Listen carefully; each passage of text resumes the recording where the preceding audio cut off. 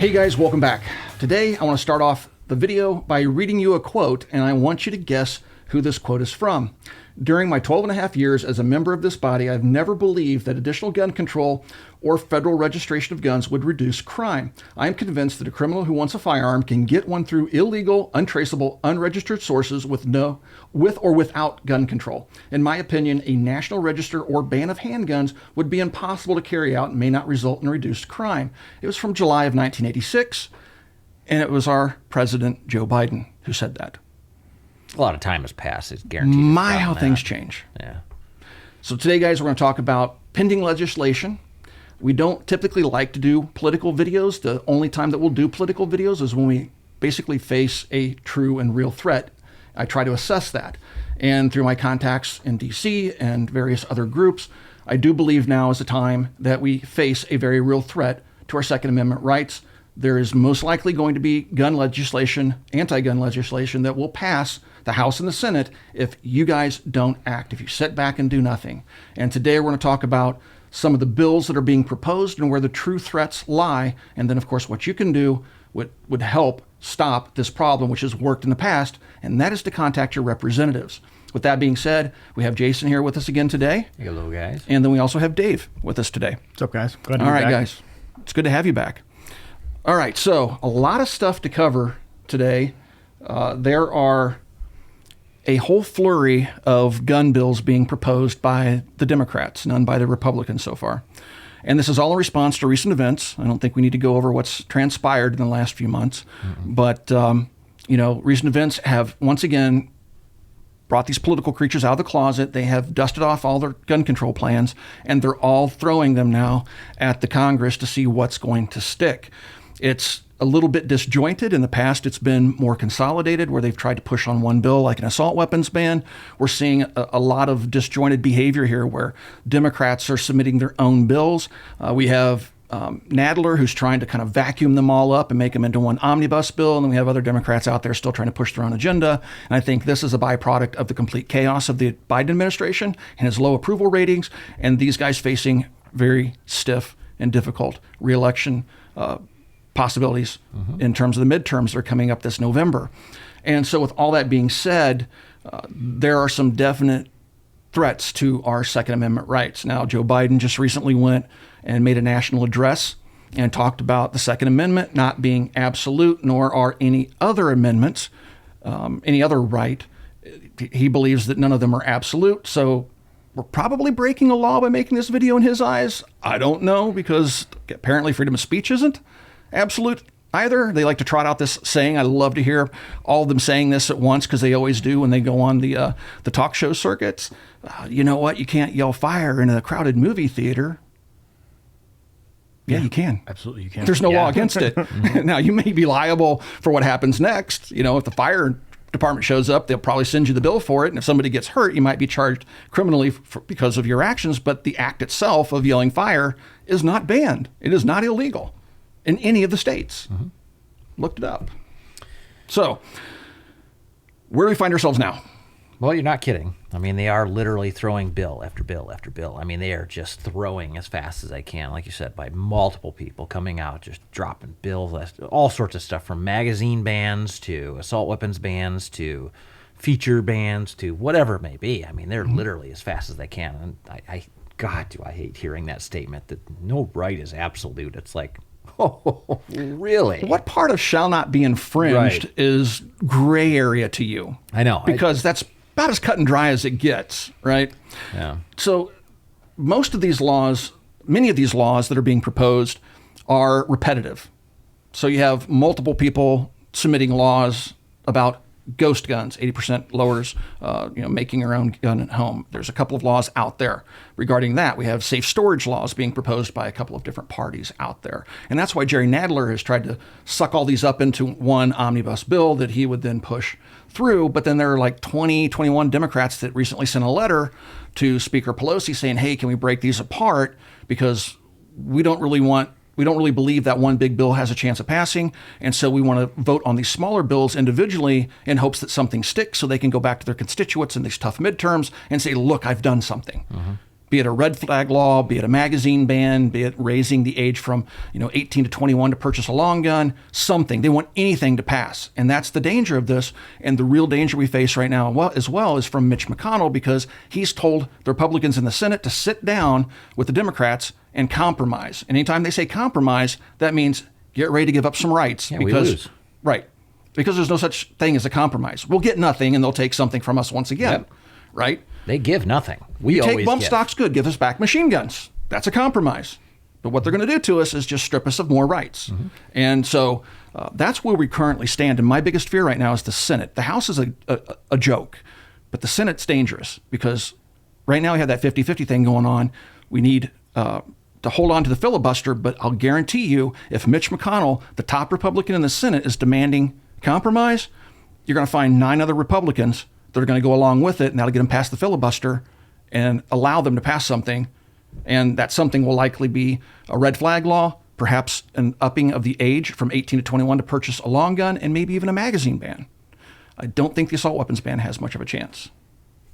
I'd like to back up and talk about the original quote for a second that you said at the opening from Biden in 1986. And I think it is relevant to what we're talking about, because really what it comes down to on all of this, all these little bills that are being proposed and them trying to kind of mass them into one bill, there's no new concepts here. We've heard these anti-gun bills and concepts been thrown out for years and years after every shooting.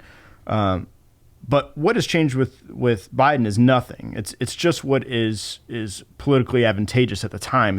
It's taking the position to give the best chance of re-election. And we're not seeing anything different here. We're not seeing anything that really addresses, any root of any problems that are going on. It is just a regurgitation to try to play to a base. And even with them trying to decide if they're splitting up the bills or putting them together, it is also they have something to show for a midterm election. Really doesn't refer back to the problem of the shootings at all. It's really just about re-election. Yeah. And that's why they're strategizing on how to present these bills, is so they can market and advertise the win, not actually affect any positive change. And I would say, on McConnell's side, I don't see any advantage to the Republicans going along with it. There really is no political advantage. So why they're doing that, I don't know. This is nothing new, though. So it's like after Vegas, right? A bunch of Republicans became weak-kneed once again, and they just felt they had to do something, had to pass something because of the outrage. After I Vegas. remember talking about... Remember that? I remember us sitting down and having a video about that as well and calling out those... And we called out the Republicans by name because we knew them by name at that point. Mm-hmm. And we were able to turn that ship around, and we came out of it relatively unscathed, wound up being executive action by President Trump that banned bump stocks. And that's another bill that they're trying to push through, a bump stock ban. It's like, where have you been for the last few years? They already did that. ATF did that with a stroke of a pen. Maybe they're just trying to solidify it. I don't know. But, it's not the first time Mitch McConnell and the Republicans have done this to us, where they've waffled because they're scared. For whatever reason, they think that their constituents want something done, and they want to pass some token gun control, that they think that they can go back to their constituents and say, look, we made a compromise. We just did the red flag law thing, or we just did the magazine ban thing, or we just did the age restriction thing. Nothing really big. We appeased the anti-gun groups, and, we still preserved your Second Amendment rights. That's how they're going to try to sell it to their constituents. Like, we did good here. We made a little bit of progress, and we're going to save lives, but we didn't really compromise your rights. And that's the speaking out of both sides of their mouth they're going to try. And somehow they think that that's going to get them through the midterms. And if anything, I think it's right now the Republicans stand to win the House and even the Senate possibly in the midterms. But if they start doing this, I could see them losing, because I know a lot of people watching this video right now are going to say, if you vote for gun control, I'm not voting for you. And so it'll make people, at a minimum, stay home. Well, politically, they've been grasping at straws all year, trying to find any sort of keystone issue to be able to stake in the ground and run on in midterms. And we saw it with the abortion fight, and now we're seeing it with the gun control fight. They're trying to find anything that has traction and run with it. And, this is just the opportunity that's presented itself for them to do it Yeah. this time around. So, Well, here are the 8 bills that Nadler is trying to push through. And again, he's just sucked up a bunch of individual bills into one bill. The Raise the Age Act, what it sounds like, 18 to 21. Prevent Gun Trafficking Act, which is basically, straw purchases and stuff like that. They want to make it a federal crime, right? Let's see. We have the Untraceable Firearms Act, which is, another 80% lower type thing, or homemade gun thing that they want to ban. Ethan's Law, which is a gun storage law, right? They mandate how you store your firearms and make it punishable under, federal statute now, that if you don't do it based upon their, guidance, if you will, then you can be prosecuted. The Safe Guns, Safe Kids Act, which is another storage law. So the Ethan's Act and this act conflict. I mean, it's basically, the same law that they're trying to pass. They've sucked it up into one. And then the Kimberly Vaughn Firearms Safety Storage Act, which is yet another storage law, as like the 2 previous that I just mentioned. And then we have the Closing the Bump Stock Loophole Act, banning something that's already banned. right. And then we have Keep the American Safe Act, which is a magazine ban. So that's all under Nadler's, bill. And they'll pass that in the House. They'll most likely pass the House because the House is completely packed with lunatics right now. That will likely die in the Senate. Even the weak-kneed Republicans aren't going to go for that. That's a step too far for them. But individually, these do pose a threat. Now, those 21 Democrats that wrote that letter to Pelosi that insist on breaking this out, if they do that, or if any of these other laws, and there's several others, I think there's like 20 some in total that have been proposed as of late, if any of these make it through, then the Republicans may actually vote for it. The storage law, that seems soft enough, perhaps, these Republicans, that they think, nobody will get mad about that. The red flag laws, nobody get mad about that. I think when they start talking about magazine bans is where you're going to start seeing the Republicans back away, because reading the assault weapons On the bill storage- that Pelosi, or I'm sorry, what's her face, Dianne Feinstein, she's introducing the 21-22 assault weapons ban again, which pretty much has all this in it and more. On the storage laws, aren't you're already open to liability? If you're a parent and your child gets a hold of a firearm and commits a crime with it, or It's up to even states. accidental. Yeah, there have been states that have prosecuted parents in the past. I mean, you are open to having to take responsibility for that. Some It's states not just like, criminally, "Oops, some states sorry." civilly. Yeah, Right. So, I mean, so I would have to look at what penalties they write in there. but here's the problem with a law like that. So you take a look at the UK, for example. They have their firearms police that go around, and they have a safe storage law. And they can just show up at your house anytime and demand to see how your guns are stored. Right. How are you going to enforce that? You're just going to wait until a kid gets a gun and then you're going to investigate it? I mean, even if that bill passes, they'll say, well, it's not strong enough. Now that it's law, it's not strong enough. We need to be more strict with this. We need to get preemptive. We need to start going into these houses and seeing how these guns are stored. So that results in registration, because now they know that you have guns. You have to register yourself for them to do the checks. And then you have people just coming into your house whenever they want to make sure you're storing your weapon safely. Because that's what's happening in the UK. Well, the enforcement part is quite interesting, because there is actually a very small percentage to police of actual Americans. 330 million Americans, are people in the United States, and there's only a very small percentage of law enforcement out there. How are you going to enforce that? It's really not enforceable. Well, what it is like you said, it's being used to champion something else, right? Oh, well, we gave you safe storage. Nobody seems to be storing their things right. Well, we just need We to have take to buttress them away. that, kind of like the background checks. Right. We're doing background checks. We just fixed everything. Oh, now we're going to have to expand those. Right. To play devil's advocate, what they're looking at is passive compliance. So if they increase the mandatory penalties for if something happens, they're hoping that you will comply and be more aware of your storage. I understand that, but the next logical step from that is like what they did to us. I just gave you the example of NICS. Everything's we passed incremental. background checks. All right, we've done away with all future crime. Oh wait, we still have crime. Okay, now we have to fix the NICS bill. We have to keep expanding background checks. That's what they'll do. They'll say, okay, you got this safe storage law, and some kid gets a hold of a gun, shoots up a school again. Well, obviously that's not working. We need to reinforce this. So let's fix the Safe Storage Act. And then they're going to ultimately get to the point where they're proactively coming into your house and checking your storage. We all know the ends. We are right. I mean, it's incremental. Once we all they know get that the foot ends. in the door, they're not going to let that door close. They're going to further kick that door open. Right. And that's the danger of these little bills. Even there are people out there in the Second Amendment community that go, nah, I'm not really worried about red flag laws. I'm not really worried about, storage laws. I might keep my guns and say, I don't really care. I'm not going to call my congressman over that. Until your neighbor wants to call and say and report you for something because they didn't like how you mowed your grass that day or whatever, and say that you're some kind of threat, and the branches of your tree are hanging over the fence. And he's a danger to society, and then the next thing you know, you're getting your door kicked in. You had no idea that this was even coming. It's just like the magazine, the arbitrary numbers they come up with magazine, 10 round for handgun, 5 round for rifle, or whatever it is. Why not 6 round for rifles and 9 rounds for handguns, or 11 rounds? What's this magic number, 10? If you have these shooters out there and they have a certain amount of time outside or inside of a building doing whatever it is they do, it doesn't matter how many rounds are in the magazine. They could spend however long they want reloading that thing. Especially when you have an hour inside of a school building to commit your heinous act. Grandpappy's Remington 700 with a 4-round internal magazine. You had an hour inside of someplace with a pocket full of shells.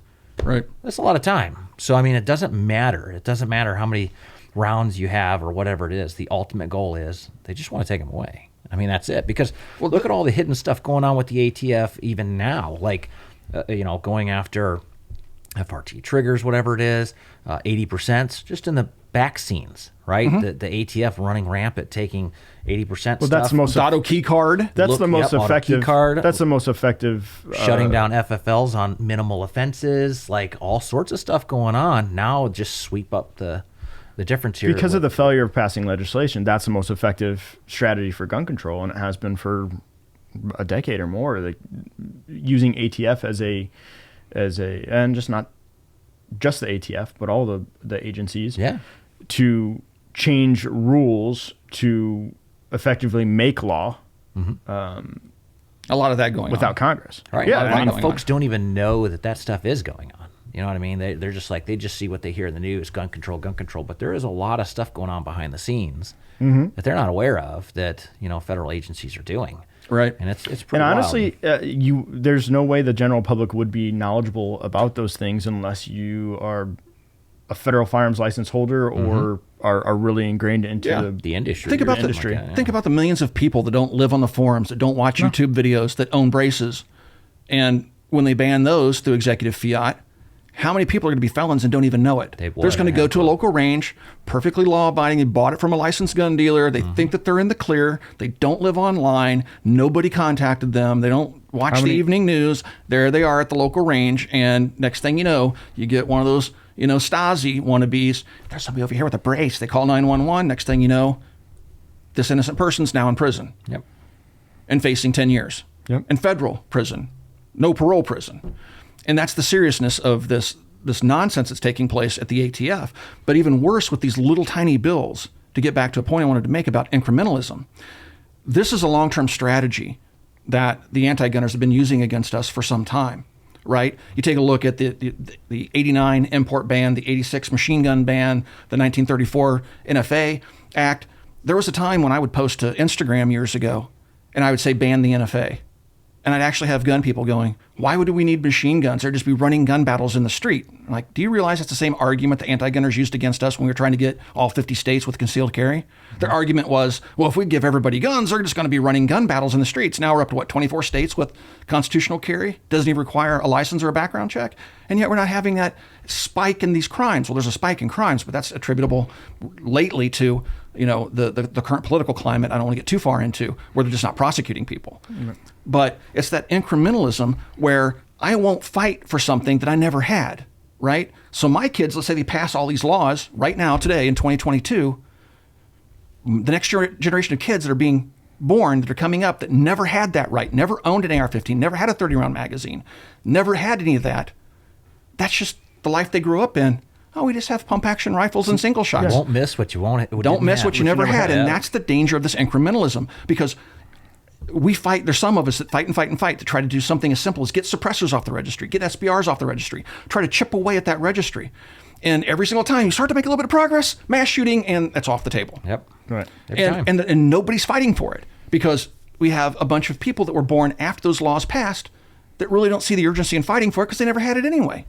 You don't mess what you never had. And again, that's the danger of these laws. No matter how minute some gun owners might think they are, they're not insignificant. It's death by 1,000 paper cuts, literally. Well, we've talked about this in the past several times, but the big drop in the desire to fight for it is what? Beating them down, wearing them out. Republican president. When you get Republican control, a lot Everybody of goes gun to owners, sleep. everyone goes to sleep. Oh, yes. And they don't want to keep up the fight. And as we've seen with Trump, as we've seen with Reagan, the Bushes, a lot of the most severe gun control measures are enacted during Republican administration. Oh, yeah. Republican control. We've talked about that Yeah. before, yeah. Most of And that stuff absolutely takes do. place. And that's because people are asleep at the wheel. They know people are asleep at the wheel, and they know, hey, we can compromise to try to maybe, win that next election. And, it never works out that way. But So this is something that I said I was going to bring up in here, and this was something that was brought up to me yesterday by a family member. Why do you need an AK? Why do you need an AR-15? Why do you need a 30-round magazine? They always ask me, why do I need this stuff? Or why does anybody need this stuff? What do you guys think? Why does? It has nothing to do about need. Why do you need a car? Why do you need a house? Why do you need a job? Why do you need anything? It has nothing to do with need. What we're not supposed to have self-loading rifles. Let's distill this down to the smallest common denominator, right? Mm-hmm. What they're saying is it the AR-15 they have a problem with. It's a rifle that loads itself that they have a problem with. So apparently, right now, the anti-gunners are perfectly fine with you and I owning a single-shot rifle, presumably a lever-action rifle, and certainly black powder muzzle loaders. They're okay with that, but they don't want you to have a rifle that loads itself. It's our right. It's like, well, why do you need to say what's on your mind? Why do you need to say that? Why do you have to have an opinion? Why do you have to go in front of a camera and share your opinion? What need is there for that? It's hate speech. So you don't need that. First Amendment, don't need it. It's not about need or want. So it's an asinine argument. I agree 100% with everything you just said, but I'm going to approach it a little bit differently. Mm-hmm. Is we have not experienced in this country, at least in my lifetime, in my parents' lifetimes, maybe my grandparents' lifetimes, of a need for it. That doesn't mean it won't exist in the future, and that's the whole point of the Second Amendment. Is that's like going to the civilians in Ukraine a year ago and asking them the same question.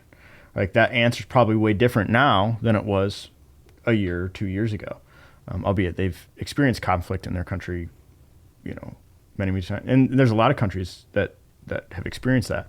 So for us to be so pompous that we think that we would never need that to preserve our freedom and our sovereignty is short-sighted. So yes, I think there is a need. It's just not realized until that need is upon you.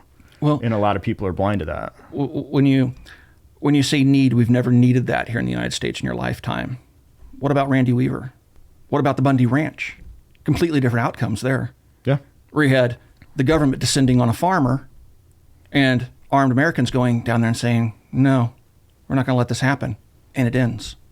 If armed Americans had shown up to help Randy Weaver, that would have ended completely differently. So that did end completely differently when armed Americans showed up at the Bundy Ranch. Mm-hmm. It ended up with the government backing down. So there has been a need in your lifetime. And it's just, we're not at war with anybody because we have oceans separating us from Europe. Europe's been in a perpetual state of war since written history, right? So it's only natural when you got countries butted up against each other, they're going to fight. Luckily, we don't fight with Canada or Mexico yet, see what happens with the cartels. But, we do have cartel invasions that are happening on our southern border. Mm-hmm. This is an armed militant group coming up out of Mexico that are becoming more and more brazen with their attacks. And you're telling me those ranchers down there don't need an AR-15? I disagree. Mm-hmm. So do you think the Biden beyond that, it's not about need or want. Here's the thing. Do you think the Biden administration is going to go put, federal either agents or military armed to go fight the cartels that are making those advances? They're not going to do that. And the news media won't cover it. They won't. They won't even look at it. Yeah. Right. They'll ignore it. They too big of an issue. That's not happening. And the people that live there know that it is. There's actually, I've known Border Patrol agents. There are instances in American history where Mexican military have illegally crossed the border in military vehicles, came into the United States and went back to Mexico. That's an act of war. But it never gets covered. Nobody ever talks about it. Mm-hmm.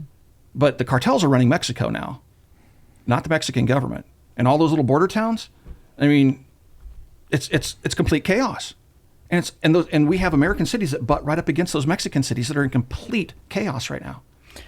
So it's definitely overflowing into those towns. Absolutely. And so to try to go to them right now and say, you don't need to protect yourself. Yeah. Why do you need an AK or an AR-15? The answer is more apparent to them and or very clear and apparent to them, where somebody, here in Indiana, in rural Indiana, who doesn't have that immediate threat, yet they are still asking themselves that question. Well, that's what I told them. I said, given the pandemic stuff, did you not see basically society breaking down in cities and the government basically saying, we can't help you? But her argument would be, literally right but still, how does the AR-15 factor in? Can't you protect yourself with a revolver? Can't you protect yourself with a rifle that only has 10 rounds versus 30? Can't you protect? Doesn't it seem reasonable? I would rather have the best tool for the job, and that would be... Absolutely. Yeah. And that would be the AR-15, when you AK, talk whatever. About, I think I should be able to have machine guns. When you talk about COVID and all that, you look at what's going on in places like China and stuff right now of locking down the citizenry and starving and... Right. Why do you need it? That is absolutely within the realm of something that could happen here. Yeah. And we've seen, to a lesser extent, a lot of those policies enacted here in this country. It's very believable that next time around that they'd ramp up that. It is the lockdowns and the oppression and all that. I mean, I hope we never see it. Right. But this conversation isn't going to take place at a national level, right? It'll take place on our YouTube channel, but you'll never have this conversation on Fox News. You'll never have this conversation on CNN, because the whole concept of pushing back against a government out of control, a whole concept of taking up arms against an invading force, to them is appalling. Well, that's what we have a military for. That's what we have police for. That's what we have this for. That's where they'll get back to the whole need argument, right? And so we just need to erase that whole argument from the discussion, because it's not a matter of need. Right? The Second Amendment is crystal clear in its intent, just as the First Amendment is crystal clear in its intent. So you remember that one? Okay, so there's a couple more things I want to add to this. So there's one thing we were listening to, and it was some anti-gun person saying this. He was defying the well-regulated part of the Second Amendment as well-regulated, meaning government regulating. Right. For the militia, if you will, right? So that was his take on it, and I was like, what? Right. So there was that. And so my same family member had basically said, isn't a red flag law, common sense? Isn't better background checks? She even went as far as to tell me that they don't have background checks in Texas. And I was like, where did you hear this from? Right. Where are you getting this information from? And so, in terms of, in her mind, it is common sense to have red flag. It is common sense to have, better background check. It is common sense to not have magazines greater than 10 rounds. It's like, so what is this whole common sense thing? I love that phrase that they constantly talk. Common sense. It's gun safety and common sense is how the anti-gunners are trying to sell it now, right? And as we said in a recent video, this gun safety. Who can be opposed to gun safety? Right? You look like a lunatic if you say I'm opposed to gun safety. And so they're wrapping these laws up, not gun control, as they're blanketing these laws as being gun safety measures, right? There's nothing gun safety related to what they're trying to pass. These are outright bans on certain activities and owning certain things. And there's nothing safety about it. Safety would be putting armed guards in those schools. That's what safety is. Ask these Congress critters that are proposing and willing to vote on these laws, ask them if they're going to impose these same mandates on their armed guards. So if 10 rounds is all we need in a handgun, okay, well, that's all your armed guards need too, Mr. President, Congress critter, right? But no, that's not how they do this. You're not to be trusted with more than 10 rounds, but I'm special. And my security detachment gets to have submachine guns, magazines of any size they want, and whatever, right? Yep. And you have Congress critters out there calling for airstrikes on American citizens. Cory Booker. I think that was him that did it. You know, it's just sickening because it's this holier than thou mindset that our politicians have. Once they get elected, they think they're part of some political elite, and they're no longer on the same level as us plebes, so they get all the protections that they want of people armed with guns that we pay for, but they want to take those same firearms away from us. And whatever law they passed against us, they certainly won't impose, because every one of these laws I've read has a carve-out for law enforcement, police, military, and even including in the assault weapons ban, retired law enforcement. So if you're retired law enforcement, you can still go buy an AR-15, get a 30-round magazine. But you and I, not being retired law enforcement, I always find that interesting that law enforcement gets these carve-out. But what about the military? Because the verbiage that I read, it's just hilarious. In the carve-out was not military law enforcement. It was full-time federal government employees who have authorization. In the assault weapons ban, I read it in detail, and it said that it would allow retired law enforcement to Right. It would be included. I'm not saying that. Out? I mean, I'm saying one of the exceptions was full-time federal employees who have authorization, not law enforcement necessarily. Law enforcement is protected because they're mandating that every gun be marked with the date of manufacture. And I'm saying it expands beyond law enforcement. Right. So Full-time federal employees right, who have authorization, which means they could authorize any federal agent, employee, whatever, attorneys, basically giving else. them free reign for any federal employee that we want to bring in to fight this cause is exempt. Does that make sense? I see what you're saying. So they could create whatever federal, a new federal agency, a new federal bureau, whatever, and they're exempt from any of those laws. Right. So, hey, if you're looking to enforce, hey, now it's illegal for everybody else, but now we're gonna grow the ATF to enforce this federally. People always ask, well, how can they enforce that? Well, I mean, over time, if they're gonna grow the power of the federal government, put citizens at a disadvantage, that'll take a while, but eventually, just by attrition, you're gonna confiscate, you're gonna collect, you're gonna imprison, and you're going to grow the power of the federal government. That's exactly what I was going to say. Having these special carve-outs for law enforcement, military, or anything like that, like he's basically saying is, we have these carve-outs in place. Now, the regular citizenry can't have this stuff, but we have this special carve-out. We'll give you the ability to buy these things if you work for us to enforce put these your laws. boot on the throat of these people. Right. You know what I mean? So it's that's why I hate seeing carve-outs on stuff like that. It's like all you're doing is opening this window They of keep doing signing it, though. people that want to oppress others. And it's Laws for thee and not for me. I mean, it's no different than Obamacare and then the Congress critters exempting them and their staff from the provisions of it. I mean, they do this all the time. It's not just with gun control. They impose their will on us, and they get a free pass. absolutely. It's just Do you think that with this anti-gun push, along with a lot of other things in the current political climate, do you think that they are overreaching and that there's an actual appetite amongst the majority of the American public right now for this? I honestly don't know. I mean, who knows what people are thinking? I think that there are a lot of people just like, the mother you're talking about that says, well, why do you need this? Why do you need that? There will be a pretty good segment of the population that thinks that way. There'll be a segment of the gun community that thinks that way. Even all the people that came in during the pandemic that were buying guns for the first time, we saw first-time gun owners go way up over the last 2 years. But even they aren't even probably paying attention to this discussion right now because it's not part of them yet, right? Many of them bought the guns and they've just sat in the closet for the last 2 years. Right. And so they're not, we like to think that they're part of our cause now, but many of them won't be. And many of them will subscribe to this, go, oh yeah, that seems reasonable. Until it comes time like, oh, by the way, that gun that's in your closet, you need to go ahead. We're having a buyback and we're going to make you take the $60 for that $2,000 rifle you just bought, right? Because buybacks are always an option. We're going to buy something they never owned to begin with.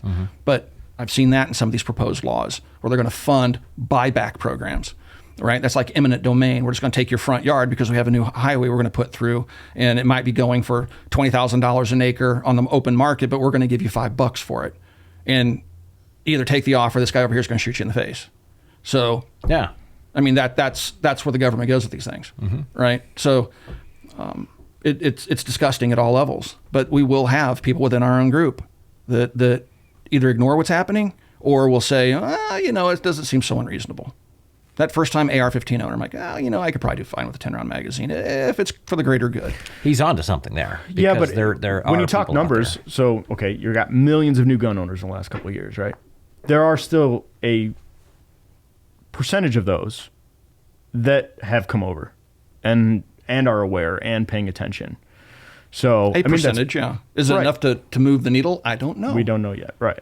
Because as time goes on, it seems like we start to lose the argument more and more in D.C. Go back to 1986. Old Joe Biden stuck his finger up in the air and tested the political winds and came back with, I need to be pro-gun. And now he sticks his finger in the air in 2022, I need to be anti-gun. So the perception of the Democrat Party right now is that gun bans or some restrictions at some level are going to be popular, trying to find what's going to resonate with the majority of American people right now through all these ridiculous bills. That's probably why they're tossing out as many as they're trying to gauge They're popularity. trying to figure out what they can get away with. And they have the Republicans willing to go along with it in the Senate. And that's the threat we face. That's what all this boils back down to. This is a very real that's threat. The threat we face. I mean, this is a very real threat, guys. I mean, this is No, we wouldn't be making this video because there's so many gun laws that come and go through the course of a year that pose no threat. I mean, they just simply don't have the votes. I know that. I try to keep my finger on the pulse. But the reason we're making this video today is because we face a very real threat. They are going to pass something. It's inevitable. And the only thing that's going to stop it is you getting in touch with your representatives. And as soon as we get the names of these weak-kneed Republicans, I'm going to publish it. I'm going to run it up the flagpole and let everybody see it. Because that's it. And if you're in their districts, you need to blow up their phone lines. And if you don't, if you sit at home and do nothing, then you have no one to blame but yourself, because we can make a difference. I know this from being in D.C., talking to these representatives. It absolutely changes their mind when their phone lines light up. Yeah. They absolutely do pay attention. And notice we're saying phone lines. Yeah, email is an option, but the phone line is what they prioritize above all else. And this is coming from our... Directly from the reps. Right. And from their staffers that have to deal with and their staffers, yes. Right. The phone absolutely makes a big difference. Yep. Send those emails too, to set a reminder. But it's absolutely critical that you contact your representatives, because if you don't, something is going to pass. And even if you deem it to be not all that serious, it is serious because it's further encroachment. It's another foot in the door. And we'll be having this discussion again in a year or two, and they're just going to expand upon whatever they push through this time. And it's just going to get worse and worse and worse. And how this ends is in 20, 50 years, they just take them away. Yep, entirely. There won't be your break action hunting gun or pheasant gun or bolt action or whatever, because all of that will be some kind of... Bolt action's a sniper rifle. Yep, bolt action will be a sniper rifle. The break action shotgun That's will when be... earlier in the conversation you said, they're seemingly okay with those that old bolt action. I say, no, they're not. They're not. They're not okay with anything. They're just ignoring it. Yes. They're just ignoring it on something they think they can have more public traction and banning. And then once that's gone, then they take the next step. The bolt action can be loaded this fast, this quickly, can be fired this fast. The lever action, the repeating action of it, it doesn't matter. It doesn't matter what you have or what you enjoy in firearms. They're after it. Just remember that. Yeah, it's just they haven't come for you yet. Yep, they just haven't come for you yet. Because the end game is total confiscation. Yep. Just like what's going on in Canada. It all starts off with reasonable gun laws, reasonable gun safety, and now they're banning handguns. They put a moratorium on selling handguns, or that's a proposed law, and then that's going to end up with them, okay, no more sales. And then the next step is we already know who you are because you're registering yourself in Canada. Now we're just going to come take them away. Yep. And same thing with rifles. These rifles are legal today, but the Royal Canadian Mounted Police could decide tomorrow that no, they're not. Yep. And then they'll just come take them because you had to register it, place. because you have to get a gun certificate to make a purchase. Yep. So that's where we're headed. Place. Redefining all the time. And that's what they're trying to do here. But the thing that stands in their way is the Second Amendment. And that's the only thing standing in the way, because if we didn't have that Second Amendment, we wouldn't be having this conversation. They would have banned them before I was even born. They're always trying to modify the Constitution all the time. Yeah. All the time. It's a living and breathing document. Yep. So anyway, guys, if you take anything away from today's video, is to please become politically active, because really all depends on you. The individual viewer watching this video right now, you need to contact your representatives. I'll put some links in the video description below to make it a little bit easier, but please take a moment to pick up that phone and make that phone call. Please seek out other videos, blog posts, and things like that that are going to be coming out in the next month or two, however long this process takes. And take action when they ask for it, because only we can stop this from happening now. Guys, if you would like to support us here at the Military Arms Channel, the best way to do that is become part of our Patreon family. There is a link in the video description below. Also, right here on YouTube, you got the little join button underneath the video player you're watching right now. Click that join button, and you can support us here on YouTube in the age of demonetization. And last but not least, please swing by and check out Copper Custom. Thank you for 14 years of support, and we'll talk to you guys soon.